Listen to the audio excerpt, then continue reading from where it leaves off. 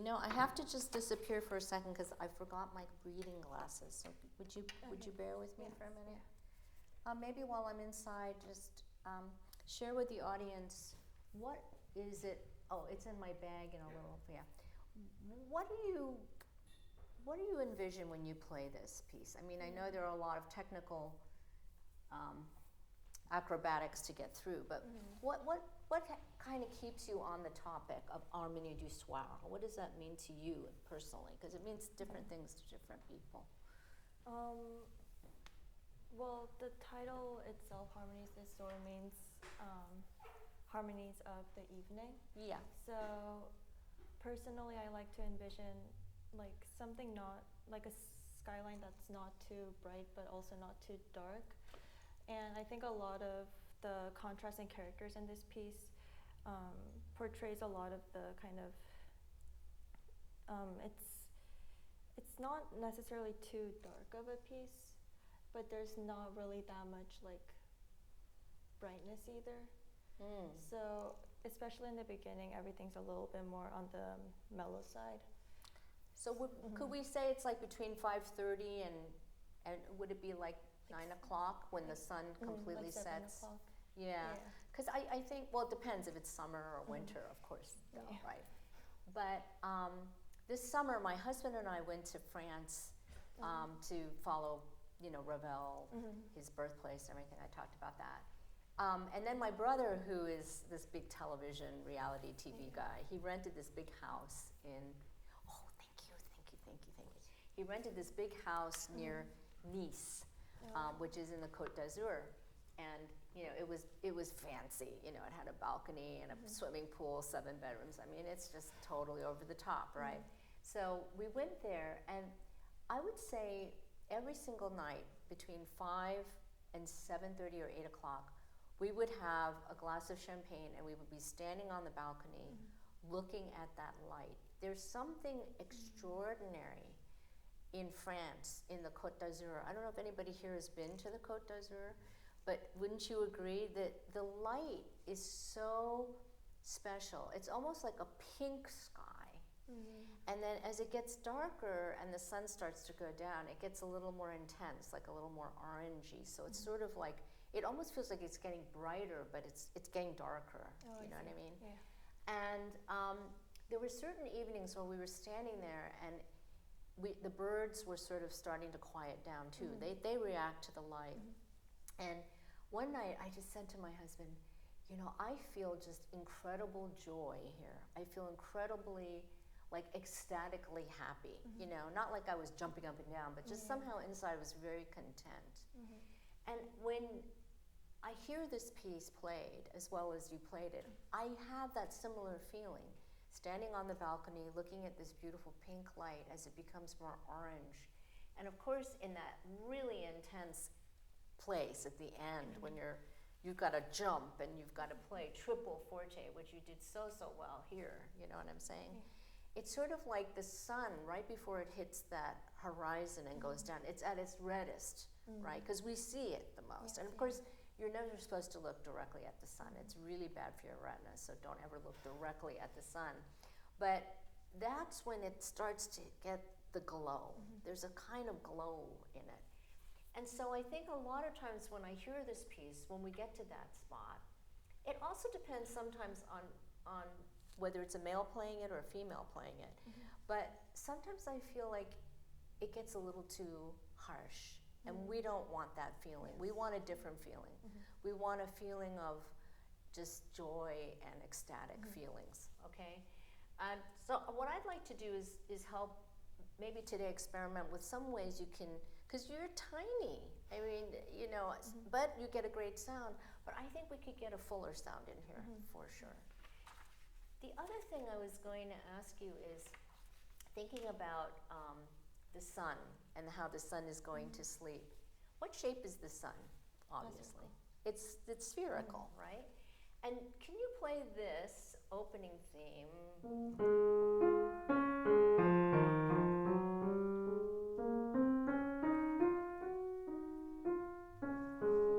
And imagine that you're describing that shape. Make it more spherical. Can you try that? Just play that section right there. I think it's measure 10.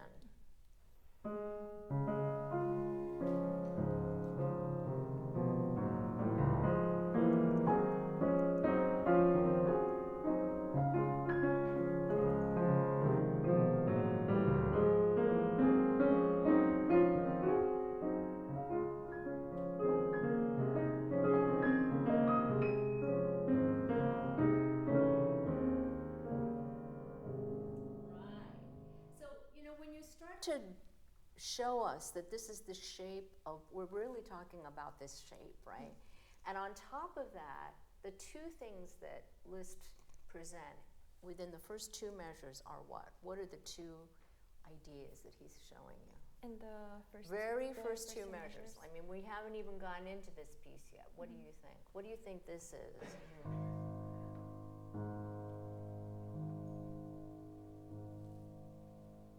What would that be?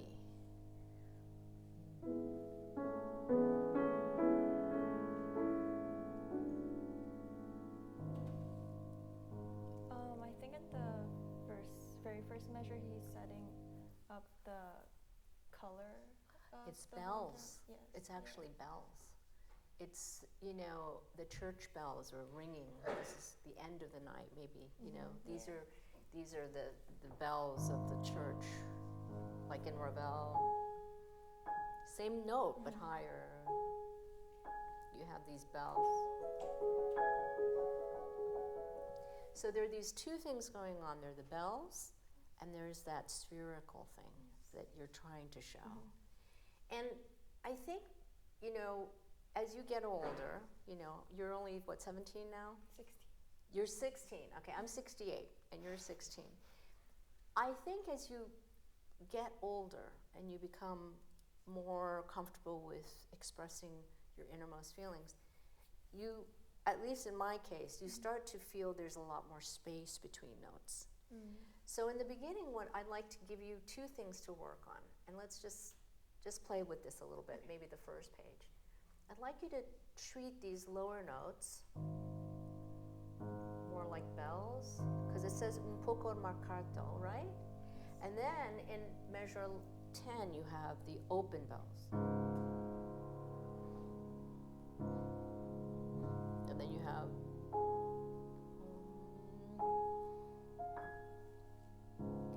you have, that circular sun.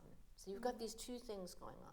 Can you create two different sound worlds? Because this is a tone poem. It's not really an etude. It's kind of a weird thing that it's in the book of Etudes. Wouldn't you agree? Because he's really painting, you know. And Liszt, you know, when he was 12 years old, he arrived in Paris, and he stayed there until he was 24. And during that time, you know, he was Czerny's student for a while, which is what gave him his unbelievable technique. But in the beginning of his life, he was just playing concert after concert after concert after concert. I mean, he had this ridiculous concert schedule. And if you ever go and read Alan Walker's book on Liszt, he wrote these fantastic books. In the back, it'll show you what his concert schedule was. It was insane.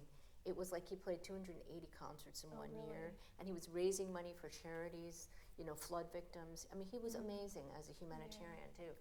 But then later on in life, I think this was written, in the 1850s, but he turned to composition, and he was interested in poetry and music, on how can we kind of fuse the two. And Harmonie du Soir is actually the title of a poem by Baudelaire, but we don't think he really read that poem. I mean, but he was certainly influenced by the French Romanticism and the period in which that was so rich for so many of these musicians, painting, writing, you know.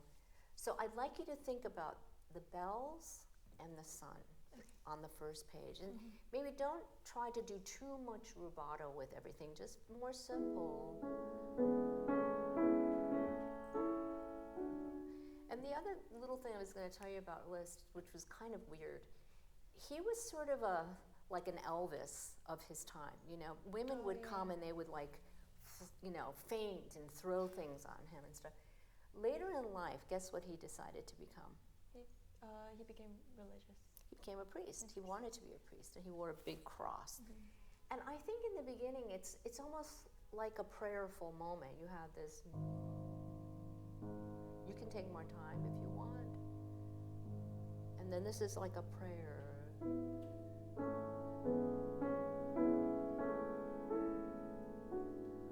then you're ringing the bells. You know what I mean?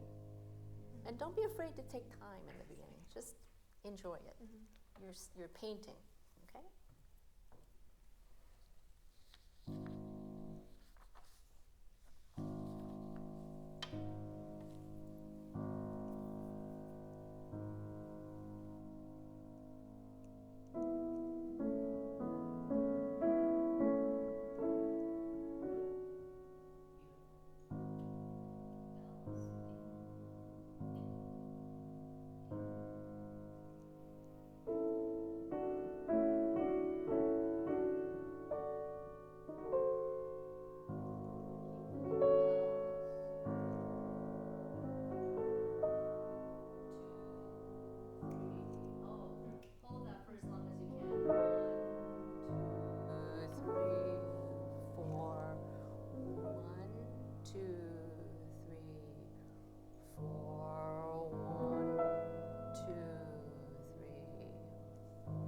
Don't hurry through that. Can you just play the second one from the second group?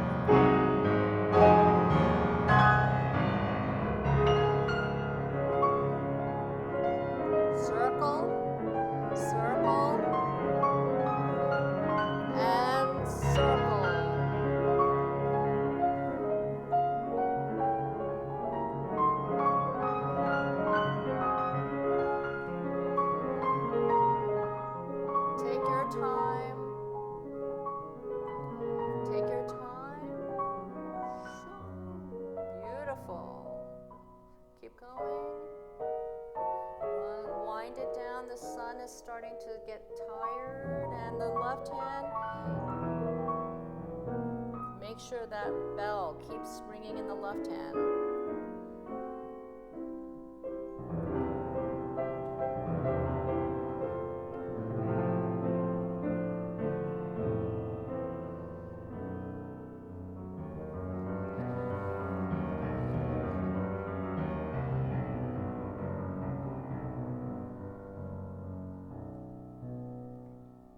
Okay, that's, to me, so much more powerful in a way. Do you feel like you have more time? Yes, Yeah. Give yourself the time. Because in a way, you're kind of introducing the audience to this concept of that rose light, You know, we're just standing there looking. We're not moving, we're not running, we're not playing soccer, we're not doing anything. We're just admiring and breathing the air. So the more comfortable you feel with that time, the more you'll set us up for the big thing that's going to happen later. Does that make sense? That makes sense. And I felt like the bells were more realistic this time. Like the first time you didn't really think of them as bells, did you? No. Not really, right? And now when you look at it, you see all these bells everywhere, even here in the bass. Right? You can hear them like these church bells, and then you have, right? Right. So, and the other thing here, it says arpeggiato con molto sentimento. What does that mean? Arpeggio with more like sentiment, with more expression. So what does that tell you in terms of timing? What does that mean to you? You can take a little. Well, it does say a little Molto means a lot. A lot more sentiment. Yeah. So You can really enjoy yourself. And you know, in the beginning, if you hear the melody, it's really fully realized now. You know, in the beginning, it's not fully realized, but then finally here you get the whole.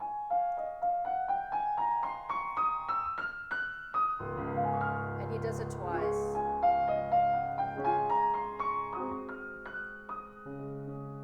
And here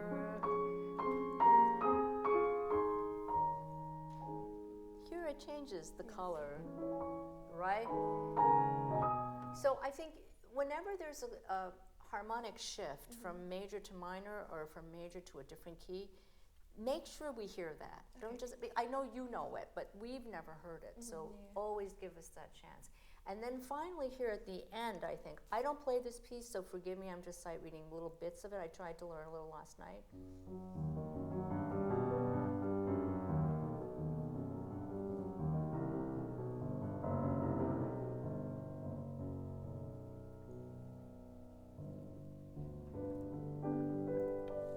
See, so these three measures are preparing you to go into the crazy key of G major. What does G major have to do with E flat? It's like so remote. So he takes these three measures and he sort of gets you into G major. Now to me, this second theme, it's similar to the first theme. It's not so circular anymore now. It sort of moves in which direction, do you think? It's rising in a way, right? It's not falling. Yeah. So, and it's almost like weightless. It could be clouds. You could think of them as clouds and they're starting to disappear.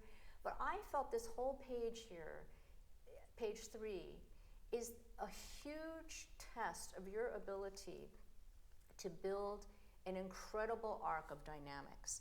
So you have triple piano to begin with. I didn't feel you played triple piano. And then you have triple piano to end with. And in the middle, the loudest you get is fortissimo. And it says fortissimo appassionato. So that for sure is a sustained fortissimo for about 5 bars. But the triple piano is kind of there for how many bars? Do you see it? There's one triple piano in the very beginning section, and then there's another one in the second section as well. Yeah, so 8 bars of triple piano, yeah? Yes. So how do you play triple piano? Well, first you put the soft pedal down for sure. But what do you think you need to do to play triple piano? How do you control dynamics? On the key? On the keys with the touch. It's the touch. And what about the touch specifically do you have to do to control dynamics, do you think? Kind of lifting your arms a little bit more, maybe. That's one way of doing it. Into your hands. Well, I think in this case, you may not want to be lifting your arm because triple piano is like, take your hand and put it on your face like this. All 5 fingers, just do it now. Put your hand. Okay, now just use your hand and do that. That's triple piano. Now use your arm and do that. That doesn't feel triple piano anymore, does it? Okay, so what I was trying to get you to feel, if you take your right hand and just, if you feel a little bit on your face, put it down here and play the chords as if you're touching your face. And very gently see what difference that makes. Does that help you control the triple piano if you do it from here, as opposed from here or here even? Okay, try it.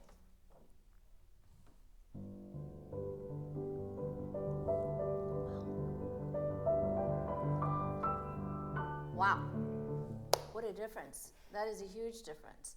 Now, the other thing I would like to ask you to try and do is try to, when you hold your face here for a second. Okay, now try to hold your face like this. Okay, it doesn't feel good, does it? No. Okay, push your body back up. Now, pretend you're playing like that and just play without collapsing up here, okay?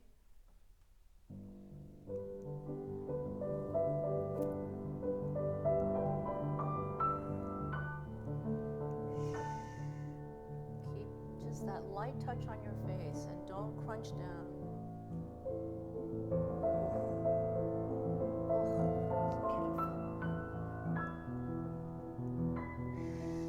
Just let it ride.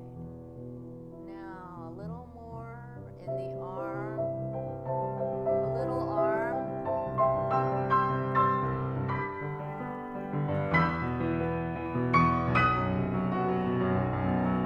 Okay. You know what? You can play triple piano. It's not that hard. You did it beautifully. Do you feel more control? Yes. Okay, great. So now you remember, that's a trick for everybody here. If you want to play triple piano, touch your face. It's weird. But if you touch your face and you touch the keyboard, it's like you have to make that somehow an analogy. It's really weird, right? Now, when you get to that third line where it's going...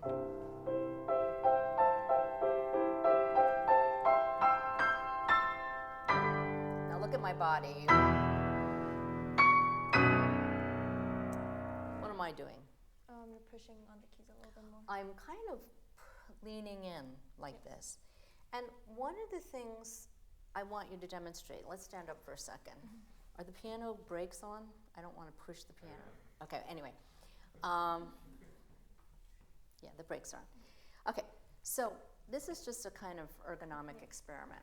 Okay, so basically, I want you to hold your arms out like this and try to push the piano. Just pretend you're pushing the piano with the whole arm. Okay, that's enough. All right, now I want you to step into the piano and shorten so that upper arm, you're not using this part, but you're gonna lean like you're, okay, lean against your palms like this. Oh yeah, okay. Which one's stronger? The second. Oh, okay, great. Now, you're gonna sit down, and as you get into that louder, you're gonna think, I'm gonna shorten my arm, and I'm gonna just sit this way, like I'm gonna push this piano out that door, but you're not gonna go back and forth like this, okay? And just do it once and see what happens, okay? From the C major and it's mostly in the right hand, don't think about the left so much, okay? But keep that body position in play. Go ahead.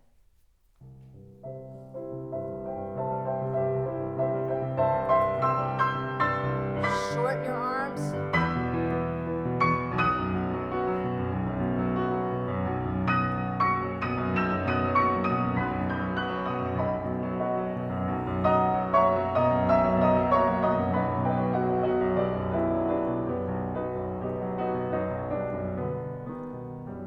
Okay. Do it one more time. Do you mind if I just kind of prevent you from... Oh, yeah. I feel like you're on a boat. And you're like, you know, okay? All right, let's try once more from here. And I'm just going to stand back here and keep my hands on you a little bit.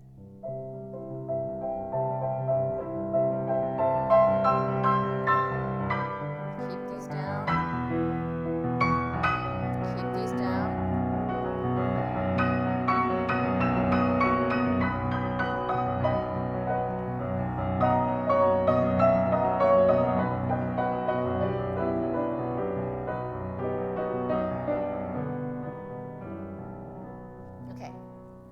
What's that sensation for you?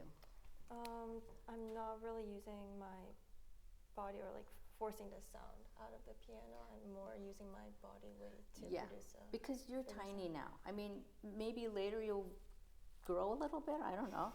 But if your arms are out here and you're trying to play, you're actually reducing the amount of power you have. So if you go like this, close your arms, and play this way, you're going to get a lot more sound. And then if you take your body and angle it so that you're kind of this way, it'll be even more. So your habit still is to let your arms up in the air a little. So when you go home, experiment a little bit with that, because it will also make the sound more consistent.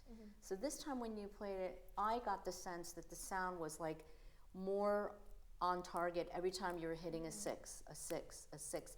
But if you go back and forth like this, it goes like 6, 4, 5, 3. You know, it doesn't stay. You want the same sound each note. Do you see what I mean? Okay, so I think that's just a little trick. Now I know the left hand, this, how are you doing that? Are you doing it on the left hand? I'm doing The left, or are you splitting it with the right? on the parts where the right hand is not playing, I split it with my right hand. Oh, interesting. Okay. Why do you do that? Do you feel it's necessary? Like, for example, if you have these, no, they're not really big. Or here, maybe. On that area, I don't split it. You don't split it there. Split, just okay. on the quiet ones. You know, you might think about not splitting it, because I think the dynamic power is going to come firstly from the chords getting louder here. When you get to this,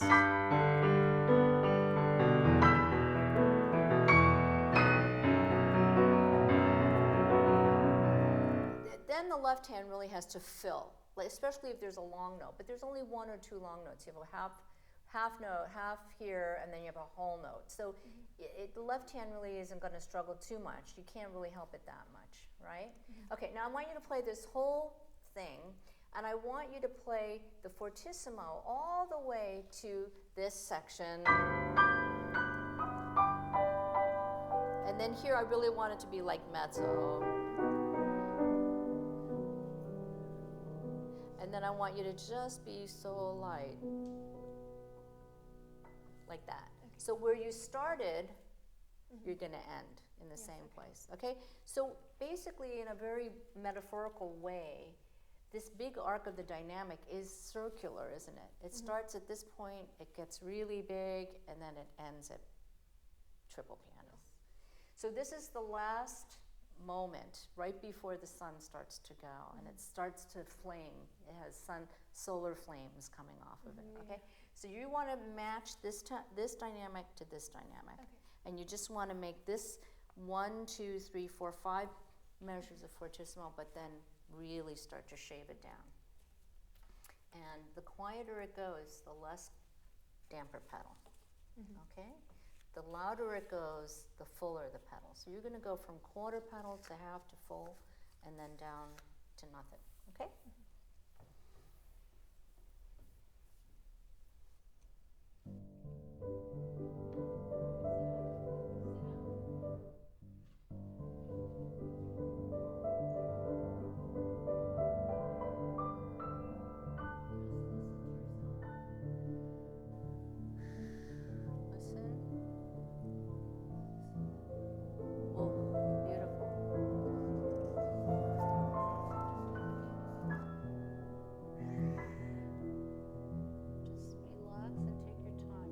Ready to lower your upper arms and don't bounce around.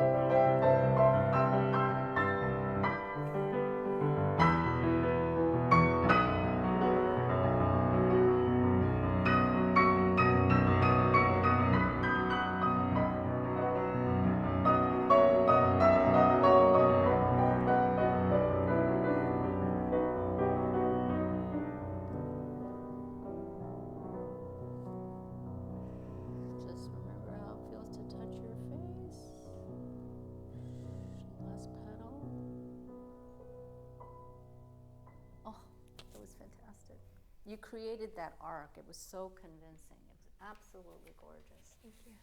Okay, next part I want to talk a little bit about. This is a very interesting moment in the piece, I think. You know, this, it reminds me so much of, I think it's the 23rd sonnet, isn't it? The, you know,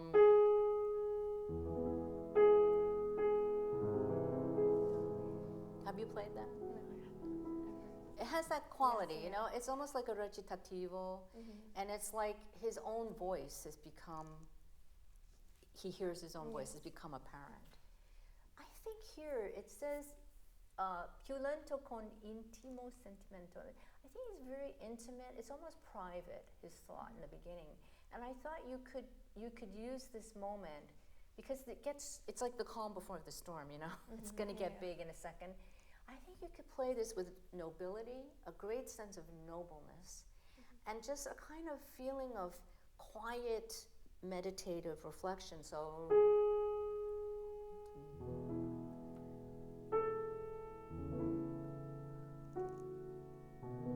Not too big.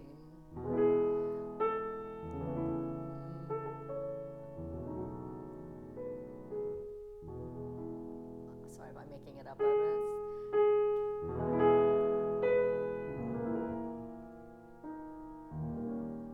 then.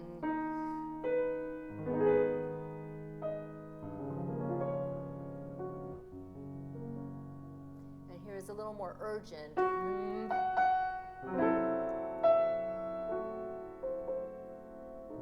Don't accent this.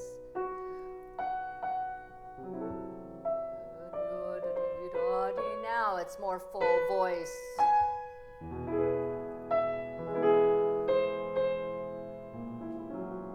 Whatever the notes are. But you see what I mean? Maybe the beginning can be a little more private. Oh, okay. Try it. See if you like it.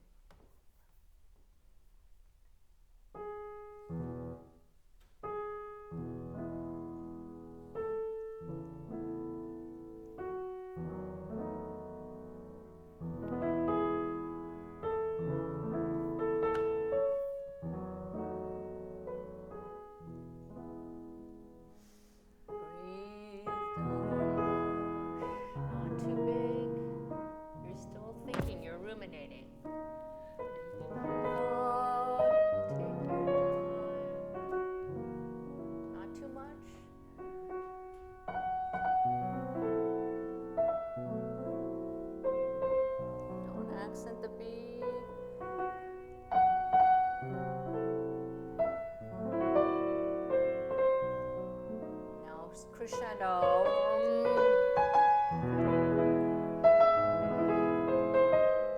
Right. Stay up.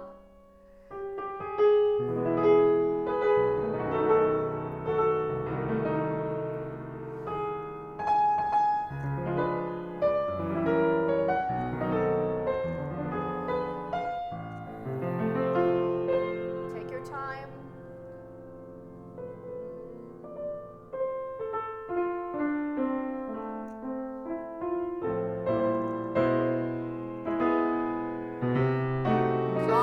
Now, go.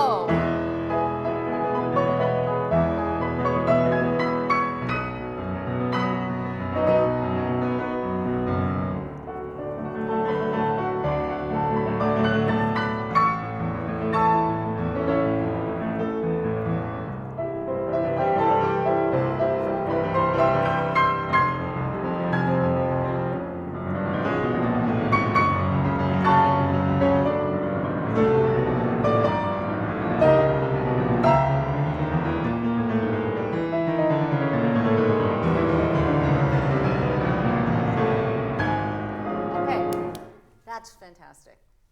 See, what I'm trying to teach you a little bit right now is how to plan the pacing.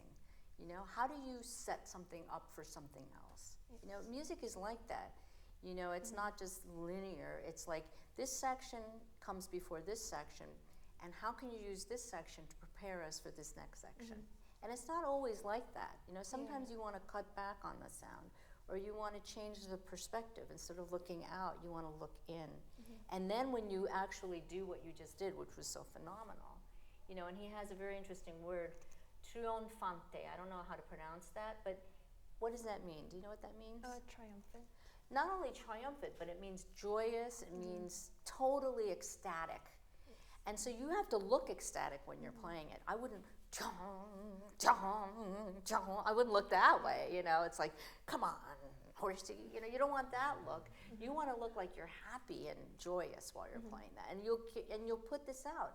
See, because this piece is very theatrical. Yeah. And I remember when I was your age, and even now, I mean, I couldn't do any of that stuff. I just felt self-conscious. Like, what, are you kidding me? I'm not an actress, you know, and all that. But in a way, I think Liszt wrote this piece. He designed it in a way for it to be theatrical. It's like a spectacle. Do you know what I mean? Yeah. So it was like people used to go to the circus and see elephants do crazy things. Well, they would go and see pianists do crazy things too. So you have to kind of embody that. I mean, not to the degree of like Lang Lang or somebody like that, but I mean, do what you can, okay? Now, let's talk a little about the elephant in the room, which is this section, which is unbelievable.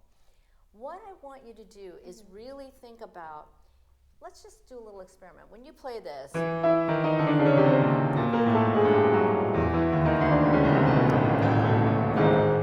if I played that with my arms kind of flying, or with my shoulders, I don't think I'd get the sound that I want. What you want is a reinforced sound here. Yeah. So what you want to do is put your arms right here, like your elbows are right here, and play like I put crazy glue onto your arms and they got stuck. Can you just try for me? Can you try that? Just crazy glue your upper arms to your body. Like suddenly your arms got short, and just play like this, like you're having a little tantrum, okay?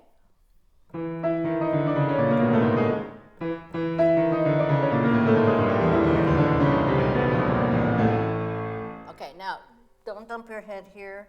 Keep your head up. Like your head has to be in alignment with your body when you play. Because you do this, guess what's happening? That 15-pound bowling ball, which is this, is being held by your neck, and your neck is trying to hold it from flopping. So you want to keep this in one line and then just stay like in one unit like this. Okay, one more time.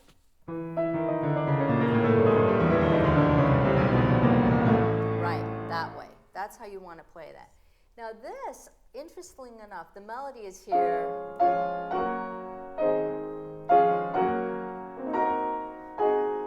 Right? Don't sweat these. You know what these are?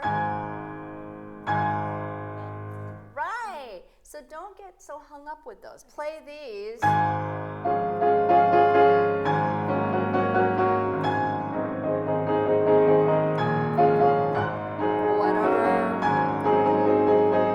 Those are just bells. Okay. They're not the important thing. The important thing is that melody. And then I want you to think about every time you play those. These should be like ding, ding, and then here, and then these are the melodies. Right? Okay, try this whole section, and then at the end, we're going to let you finish it all the way to the end. You're just going to think more and more here at the end.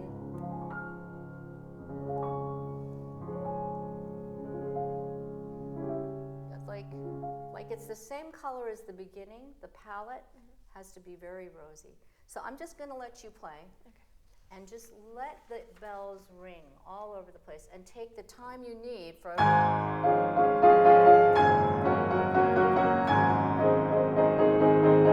All right? Don't feel like someone's behind you writing you a traffic ticket. Just take your time. Okay. Yeah.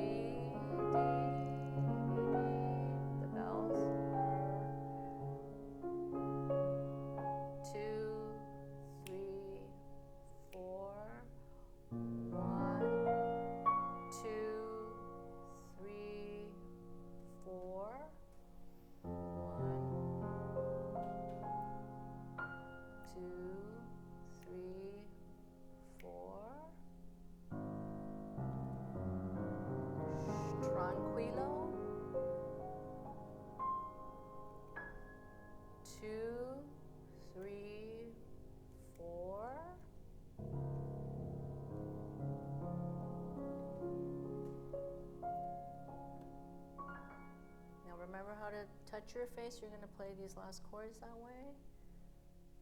To sit up. And don't move your body at all. Just sit there. Let the piano die off. Oh my goodness. Beautiful. Beautiful.